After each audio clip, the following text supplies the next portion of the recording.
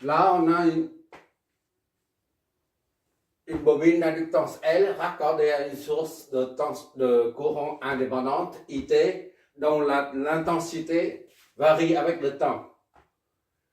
Et cette variation est illustrée par ce graphe-là, par intervalle. De 0 à 2, ça monte, de 2 à 4, ça reste constante, et puis de 4 à 6, ça descend.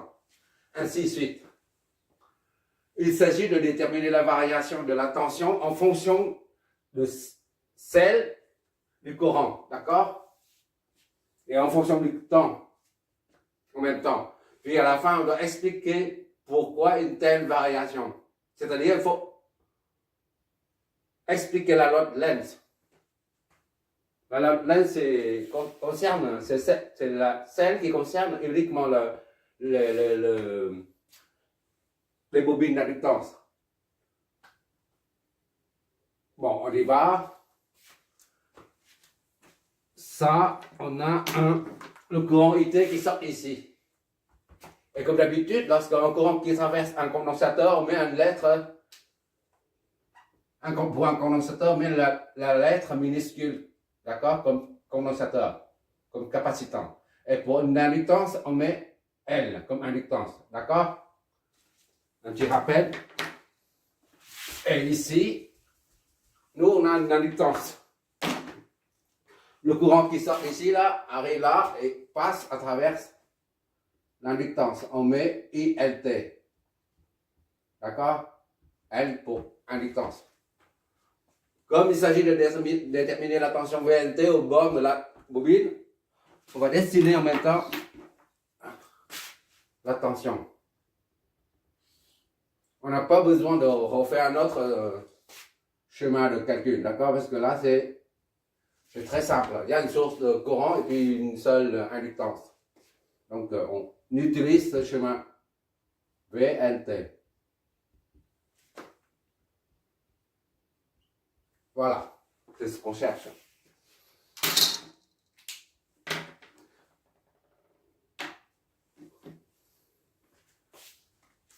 On a établi trois formules. La formule concernant la tension et le courant, c'est la première. Deuxième, ça concerne la formule concernant la puissance. Et la troisième concernant l'énergie stockée dans le champ magnétique généré par la bobine. D'accord? Ici, on cherche seulement, on doit calculer VLT seulement, c'est-à-dire la tension aux bornes de la bobine. Donc, on utilise donc la première formule fondamentale concernant relatif à une bobine, qui est VLT est égal à L, l'inductance fois DINT sur TT. D'accord? Ou bien L fois INT prime. D'accord? Ça, c'est la formule fondamentale comme ça qu'on utilise pour étudier une bobine. L'inductance L. La tension peut être la tension au bord de la bobine peut être exprimée sous forme de dérivée ou sous forme différentielle. Ça, c'est la dérivée du courant. D'accord? Et ça, c'est la dérivée, c'était toujours la dérivée du courant, mais exprimée sous forme différentielle. On voit D. D'accord? Il existe deux formules. Voilà. Deux formes différentes pour exprimer la tension au bord de l'inductance. On utilise la première formule quand il y a une intégration à faire. D'accord? Ici, lorsqu'on veut chercher le courant qui traverse la bobine, on utilise cette formule-là. Et il suffit d'intégrer, parce que le D ici permet d'intégrer, faire une intégration. D'accord? Comme on a dit, répété plusieurs fois. Tandis que là, on ne cherche pas le courant traversant la bobine. On cherche seulement la tension. Donc, on prend cette formule-là, cette forme-là. C'est-à-dire quoi? C'est-à-dire, on a déjà le courant. On ne cherche pas le courant. On l'a déjà ici. Il suffit de prendre sa dérivée pour trouver et multiplier par la L, par l'inductance pour trouver la tension. D'accord? On n'a pas d'intégration à faire. Donc, on prend celle-là. VNT est égal à L fois INT prime. D'accord? C'est celle-là qu'on va utiliser là, tout le long de notre étude. Ça, c'est première remarque. Deuxième remarque, c'est que là, pour dériver ça là, pour dériver le courant, il faut avoir l'équation du courant. Mais ici, on a un courant qui varie avec le temps, par intervalle de temps. De 0 à 2, ça monte. De 2 à 4, c'est horizontal, c'est-à-dire constante. Et de 4 à 6, ça descend. Et ça se répète après. C'est répétitif. Donc, on suffit d'étudier la première partie. Le reste, on en déduit par symétrie. D'accord? Comme il y a 3 intervalles, on va étudier 3 intervalles différents. Ça, ici à là. Le deuxième, ici à là.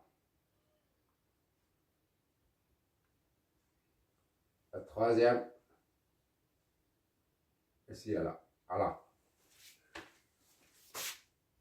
Pendant la premier intervalle, on va appeler IT par I1T. Deuxième intervalle, de 0 à 4, I2T. Deuxième intervalle. Et troisième intervalle, c'est I3T. Il faut trouver I1T et I2T ainsi que I3T pour pouvoir prendre le dérivé. Et on injecte dedans, c'est tout. Pour les lieux VNT. On y va pour 0 à 2. Déjà, pour tout T appartient à 0. Ça, c'est des millisecondes. C'est des ampères, d'accord? On met 0 à 2, c'est-à-dire 0 à 2, 10 moins 3 secondes, d'accord? Il faut convertir en secondes. On a I1T, d'accord? 0 à 2, I1T est égal à AT fois A fois T plus B. A, c'est le coefficient directeur ici. T, c'est la variable, B, c'est l'ordonnée. D'accord?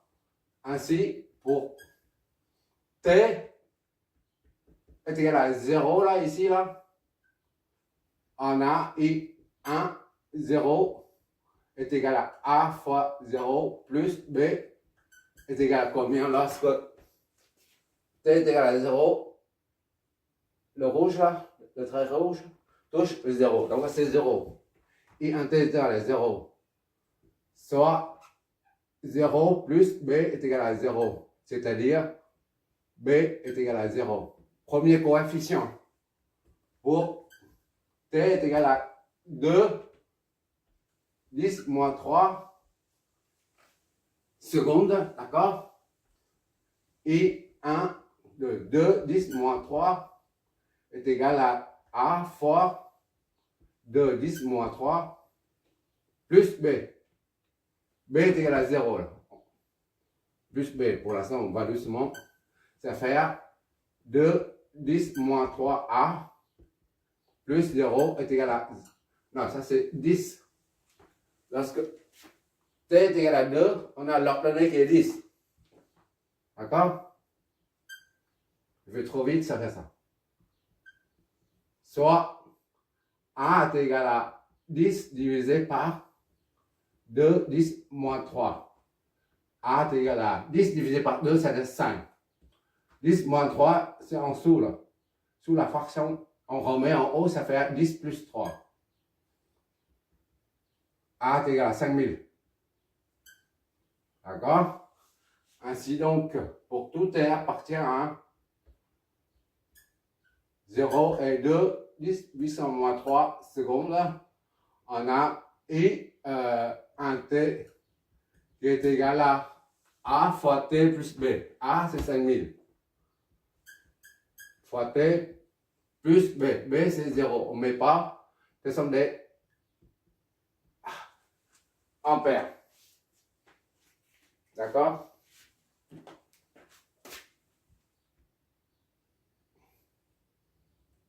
Voilà. Et maintenant, on fait pour le deuxième intervalle. Pour tout T appartient à... Pour tout T appartient à l'intervalle 2 et 4. 2 compris, 4 compris. 2, 10, moins 3 et 4. 10, moins 3 secondes. On a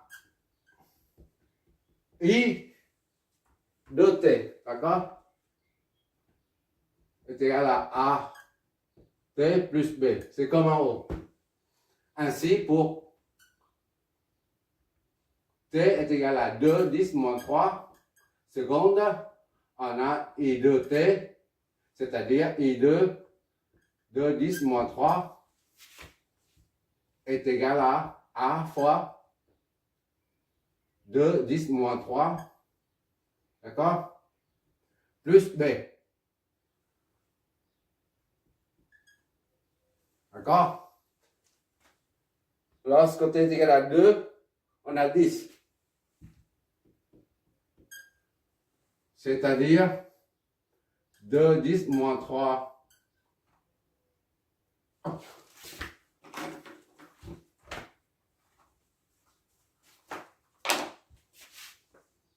2, 10 moins 3A plus B est égal à 10. Primo. Et pour T est égal à 2, 4 moins 10, 10 moins 3, on a I2 de 4, 10 moins 3 est égal à A fois 4, 10 moins 3 plus B. D'accord? 4, c'est toujours 10. À 4, on a 10. Tout à l'heure, à 2, on a 10. Maintenant, à 4, on a 10 aussi. D'accord? C'est-à-dire 4, 10 moins 3A plus B est égal à 10. Je ne fais pas de bêtises, j'espère.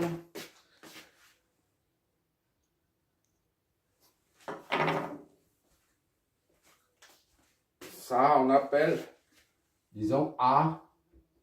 Ah, ça, c'est B. D'accord? Donc, pour trouver les coefficients, il suffit de prendre ça moins ça.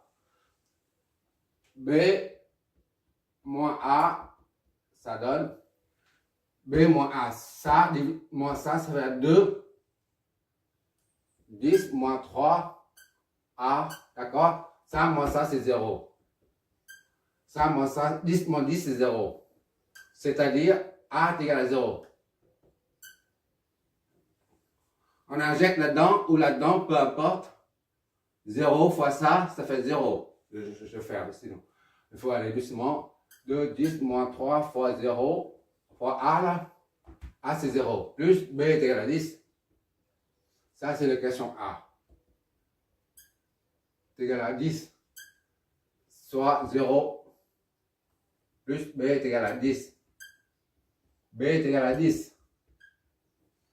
Ainsi, pour tout T appartient à l'intervalle de 10 moins 2 secondes et 4, 10 moins 2 moins 3 secondes. On a I de T est égal à A. T, A fois T plus B. A c'est ça, 0 fois T c'est 0. Plus B c'est 10. L'intensité, donc c'est 10 ampères. Voilà, notre deuxième équation.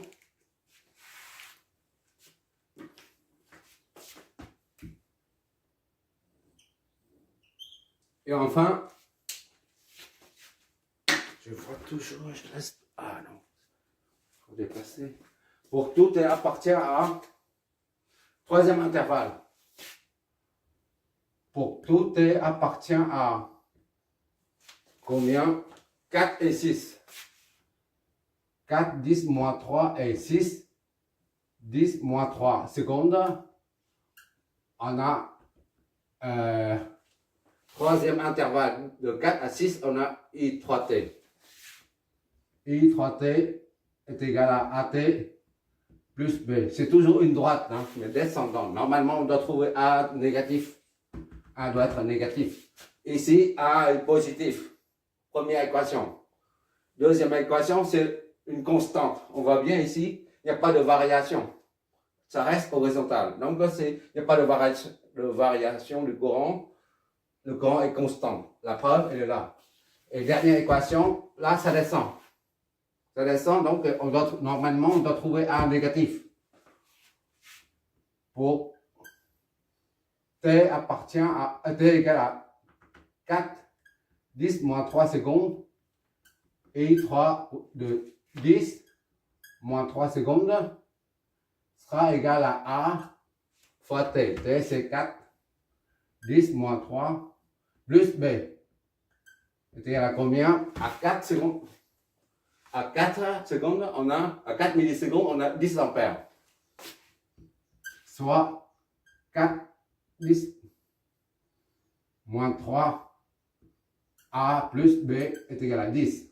D'accord? ABC. Et pour T est égal à 6. 10 moins 3 secondes, on a I3T, c'est-à-dire 10 moins 3 est égal à A, 6, 10 moins 3 plus B est égal à combien? À 6. À 6, on a 0. L'ordonnée est 0. Ça veut dire,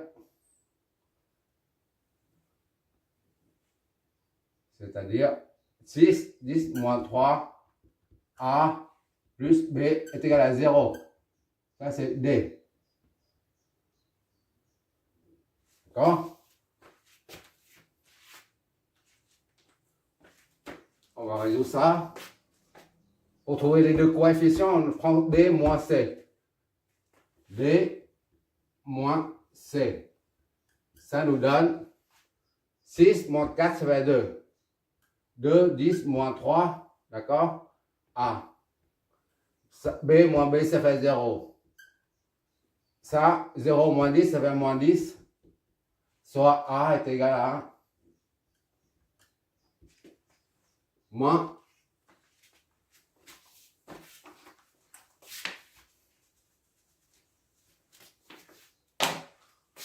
A est égal à moins 10 sur 2, 10 puissance moins 3. D'accord? C'est-à-dire moins 10 divisé par 2, ça donne 5. D'accord? 10 moins 3, au dénominateur, quand on le met en numérateur, on change le signe. 10 puissance 3. Plus 3. D'accord? Donc, A est égal à 5000. Premier coefficient, on injecte dans la deuxième équation, parce que ça c'est nul. Là, c'est 10, on évite. On injecte là-dedans. Le D, ça donne 6, 10 moins 3, A, 5000, fois 5, 10, plus 3. Voilà. Plus B est égal à 0. D'accord? 5 fois 6, ça fait 30. 5 fois 6, 30. 10 puissance 3, 10 puissance moins 3, ça fait 1. Plus B est égal à 0. C'est-à-dire B est égal à 30. B est moins 30. Moins 30. C'est ça, hein? Attends, je vérifie quand même. On fait une erreur ici. Ça, c'est moins. Moins, d'accord? Moins ici, là. Moins. J'ai oublié le moins. 5000, voilà. Et donc, on injecte A dedans. A, c'est moins 5000. D'accord? Plus B, ça fait moins 30. Plus B. D'accord? Ça fait 30. Il y avait un doute. On a détecté à temps. Donc, pour tout T appartient à l'intervalle 4, 10 moins 3 et 6, 10 moins 3 secondes. On a I3T est égal à AT plus B. D'accord? A, c'est ça. Moins 5000 T plus 30 en ampères. Ça confirme ce qu'on a dit tout à l'heure. A est négatif, ça va être simple. Le coefficient directeur, c'est comme ça. Moins A. D'accord? Coefficient directeur, c'est ça. Et moins. Et maintenant, il suffit de prendre la dérivée de chaque équation. On injecte là-dedans après.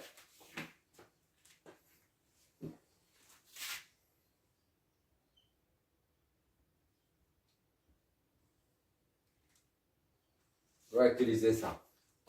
On appelle ça 1. Puisqu'on va réutiliser tout. Bon. On prend la dérivée. Puisque le courant varie par intervalle de temps, la tension à ces bornes l'est également. Varie aussi par intervalle de temps. D'accord? Donc pour le premier intervalle, pour T appartient à 0 à 2, 10 moins 3, c'est ça? Hein? Ok, seconde, on a V1, VL, 1, T. D'accord? 1, c'est pour qu'il y ait une correspondance. Qu'il y ait une correspondance avec I1. Pour le deuxième intervalle, on appellera VL de T. Pour qu'il y ait une correspondance entre VL de T et I de T. D'accord?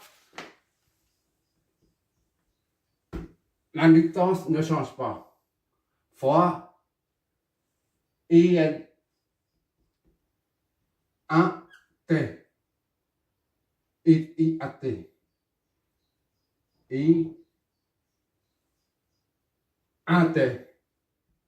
On aurait dû mettre IN1. D'accord? 1 T.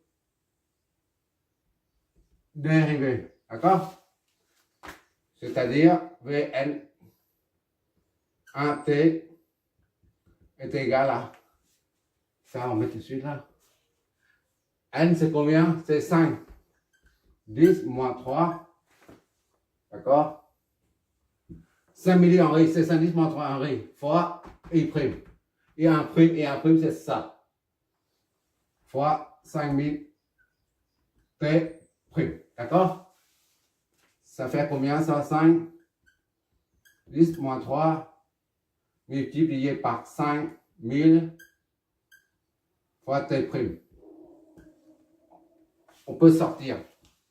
Donc c'est 5000, ça fait 5 10 moins 3 fois 5 10 puissance 3 fois T' est égal à 1.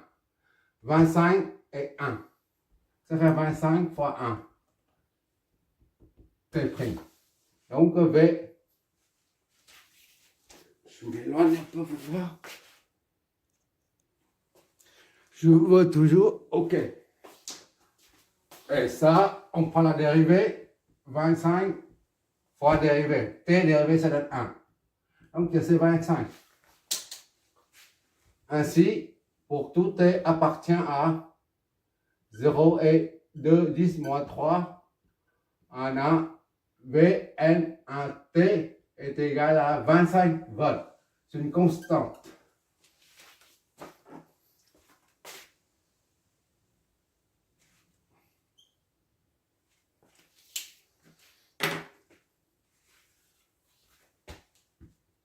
Pour tout T appartient à... C'est ce premier intervalle. Deuxième intervalle, c'est 2, 10 moins 3 et 4, 10 moins 3. On a VL, c'est deuxième intervalle. On prend le courant I2. Donc VN2. T est égal à L fois I de T'. D'accord? Est égal à 5, 10 moins 3 fois I2. I2 c'est 10. D'accord? I2'. C'est 10 dérivé. D'accord? Et le, c'est là. Et le t, c'est là. On met là-dedans et on prend la dérivée. Qu'est-ce que ça nous donne? Ça est égal à 5, 10, moins 3 fois la dérivée. La dérivée d'une constante, ça donne 0. Donc, le tout, c'est 0. Donc, ainsi, donc, pour t appartient à 2, 10, moins 3 et 4, 10, moins 3, Vn de t est nul. D'accord? On va expliquer tout ça. Tout ça a un rapport avec la loi de Lenz. Et enfin, le dernier intervalle appartient à 4, 10, moins 3 et 6, 10, moins 3 secondes. On a Vn 3t qui est égal à L fois I 3t. Dérivée de I 3t, d'accord? Est égal donc à 5, 10, moins 3 Henri fois I 3t. Là, I 3t c'est moins 5000. 5000, on écrit comme ça. 5000t plus 30. D'accord? On prend la dérivée. Donc, Vn3t et donc est égal à 5, on remet 10 moins 3. La dérivée de 30, une constante, ça devient nul. La dérivée de t, ça donne 1. 1 fois ça, ça donne moins 5, 10 plus 3. Donc, est égal à 5 fois 5, c'est 25. Moins 25, plus 3, 10 plus 3 et plus moins 3, ça donne 1. Est égal à moins 25. D'accord? Donc, ainsi, pour tout t appartient à 4, 10, moins 3 et 6, 10, moins 3 secondes. On a Vn3t qui est égal à une constante. À moins 25 volts. D'accord? Ah, je suis complètement à genoux là. Bientôt, je vais m'allonger par terre là. Oh, c'est quelle misère. Quelle misère, la misère du monde. Bon, on va expliquer tout ça. Je vois toujours, j'espère. Quelle misère. Ah là là, c'est la misère. Bon. Là, c'est... Ah, c'est la misère. Ah, c'est quelle misère. Bon, c'est bon, on continue.